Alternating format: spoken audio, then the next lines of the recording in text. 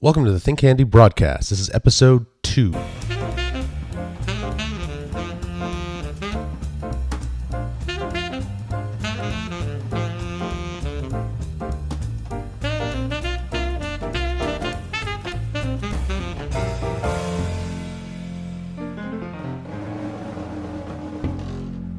Again, welcome to the Think Handy broadcast, where we talk about things marketing automation, sales, and general business writing techniques.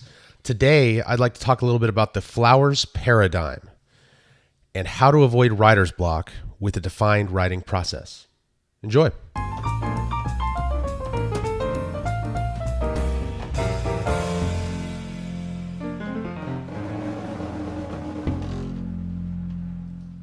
As a business writer, I often fall prey to writer's block. In searching for a way to combat this evil beast, I took to the internet and was introduced to something called the flowers paradigm.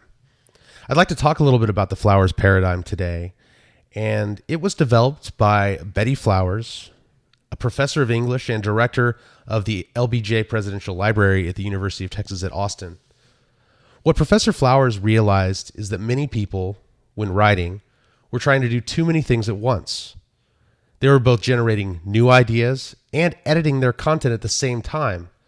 And what this did is it limited their ability to produce and surface the ideas necessary to create an interesting narrative in a business context. Splitting up these creative and editorial functions is essential in order to get the most from your business writing. The technique that she used was called Madman, Architect, Carpenter, and Judge. Each of these different roles represents a different function in the writing process. It is important to split these roles up so that your best ideas can come to the forefront. Let's go through these one by one. Madman. In this stage, it is more of a brain dump than anything else. Focusing on what ideas you'd like to cover and just freeform writing for a while. At this point, you must not edit, spell check, or even worry about proper grammar or punctuation. Just focus on getting those core ideas out on paper. You'll have plenty of time to scrutinize and reshape your content in the next few stages. Architect. Now that we've got our core ideas out on paper, we can start to pick out the chunks of text we're going to be using in our article. It's important to keep the structural analysis high level here. Don't get carried away with sentences.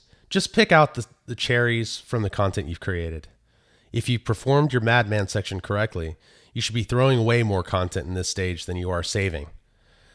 As the famous author's proverb states, don't be afraid to kill your darlings. You should now start to put these chunks of content in a cohesive narrative style, chopping them up and moving them around into a nice narrative. Remember not to be too nitpicky about the individual sentence structure.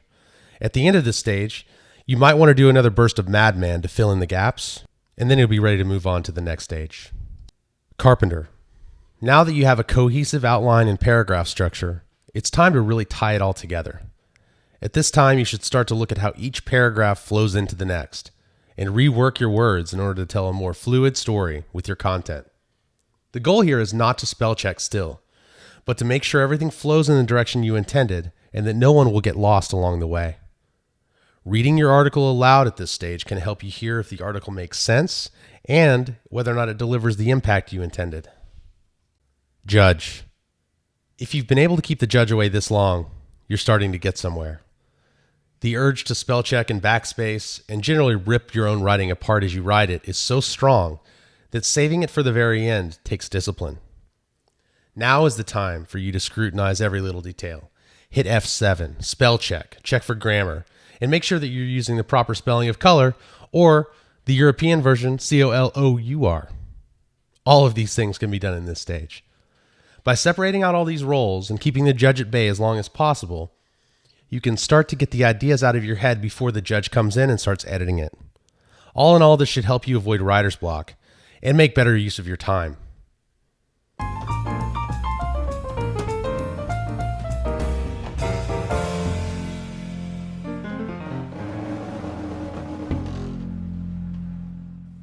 Again, thank you for joining me for the Think Handy broadcast. If you do have any questions or feedback, please feel free to email me at chris@thinkhandy.com. That's CHRIS@THINKHANDY.com.